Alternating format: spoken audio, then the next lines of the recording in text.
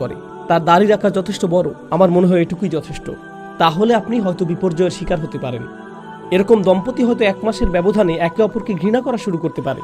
তারা একসাথে আছে আর এখন অনুশোচনা বোধ করছে এজন্য যে আমি তাকে বিয়ে করেছি ইসলামের জন্য। এটা ইসলাম না।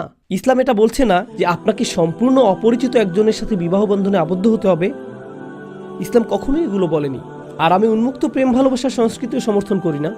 ইসলাম আমাদেরকে শালীনতাপূর্ণ কিছু দিক নির্দেশনা দিয়েছে, সেই সকল দিক নির্দেশনা অনুসরণ করুন। এমন কারোর সাথে পরিচয়, জানাশোনার মধ্যে কোনো সমস্যা নেই, যার সাথে আপনি বিবাহ বন্ধনে আবদ্ধ হতে আগ্রহী। আমরা পশ্চিমা সভ্যতার মতো এরকম উদারপন্থীও না যেখানে ক্রয়ের আগে পরখ করে নেওয়ার নীতি মানা হয়।